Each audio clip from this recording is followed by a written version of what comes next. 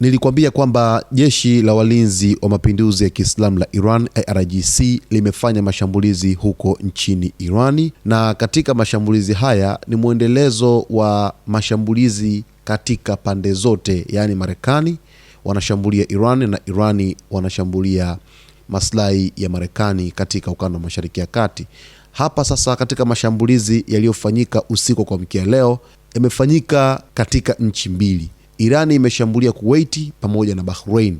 Taarifa inasema jeshi la Iran limedai kufanya mashambulizi mapya dhidi ya vituo vya kijeshi vya Marekani nchini Kuwait na Bahrain, likisema limeharibu baadhi ya mifumo muhimu ya kijeshi ikiwemo rada na mifumo ya ulinzi wa anga. Kwa mujibu wa taarifa kutoka jeshi la Iran, mashambulizi hayo yalifanyika katika awamu ya 18 ya operesheni iliyopewa jina la Operation Thunderbolt, ambapo vikosi vyake vilidai kulenga mfumo wa makombora wa Marekani wa HIMARS uliopo katika kambi ya Arif Jan nchini Kuwait kwa kutumia makombora ya ardhini kwa ardhini. Irani imesema kuwa kuharibiwa kwa mifumo hiyo kunalenga kudhoofisha uwezo wa Marekani wa kushambulia na kujilinda katika eneo la Ghuba. Wakati huo huo, jeshi la walinzi wa mapinduzi ya Kiislamu IRGC limedai kufanya mashambulizi dhidi ya mifumo ya kijeshi ya Marekani nchini Bahrain, likisema limeharibu rada na mfumo wa ulinzi wa anga wa Patriot.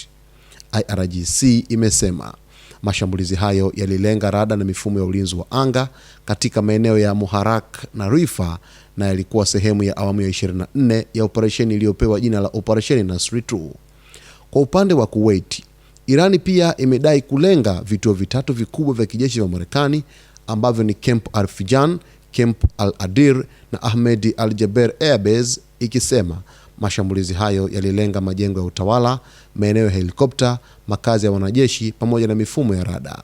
IRGC imedai kuwa katika kambi ya Ahmed Al-Jaber iliharibu rada ya tahadhari ya mapema, mfumo wa rada wa ulinzi wa makombora, rada ya FPS 117, mfumo wa Patriot na mfumo wa mawasiliano wa satellite wa ulinzi wa anga. Irani imesema mashambulizi hayo ni sehemu ya kile ilichokiita kulipiza kisasi dhidi ya mashambulizi ya Marekani ndani ya Iran, huku ikidai kuwa hatua hizo zinalenga kuondoa vikwazo na kufungua njia kwa operesheni kubwa zaidi za kijeshi. Mapigano katika ukanda wa Mashariki ya Kati yanazidi kuendelea kwa hivi sasa, ambapo kila upande umekuwa ukifanya mashambulizi tena ni makubwa ambayo yamekuwa kileta madhara makubwa sana.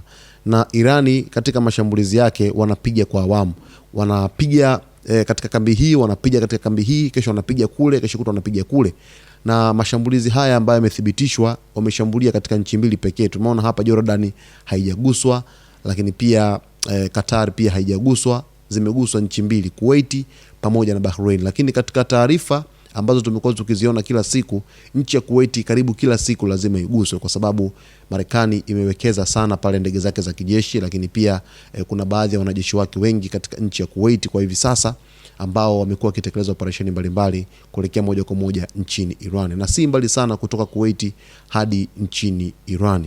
Hivyo basi mtazamaji wetu, na sisi tuko hapa kwa kujuza yote ambayo unapaswa kuyafahamu yanayojiri katika anga za kimataifa. Kama bado hujaweza kuungana nasi, ni kuombe uweze kusubscribe channel yetu, kulike, kucomment pamoja na kushare.